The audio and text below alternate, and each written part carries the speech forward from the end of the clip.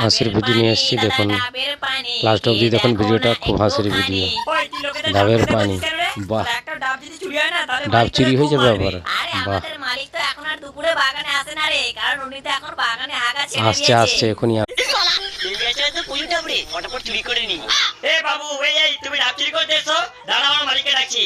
মালিক, আরে ও মালিক, তাড়াতাড়ি আসো, হয় দেখো এই লোকটা ডাব চুরি করতে এসে কেমন। আরে পাগলা, তোর মালিকটা এখন আসবে না রে, কারণ তোর মালিকটা এখন নতুন নতুন বিয়ে করেছে, তাই ও কাজ করতে ব্যস্ত।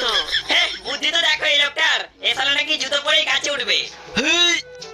আরে দাদা, একটু আস্তে ঘষো, না হলে আপনার যে ছাল চামড়া গুটিয়ে যাবে। চুপ কর তো।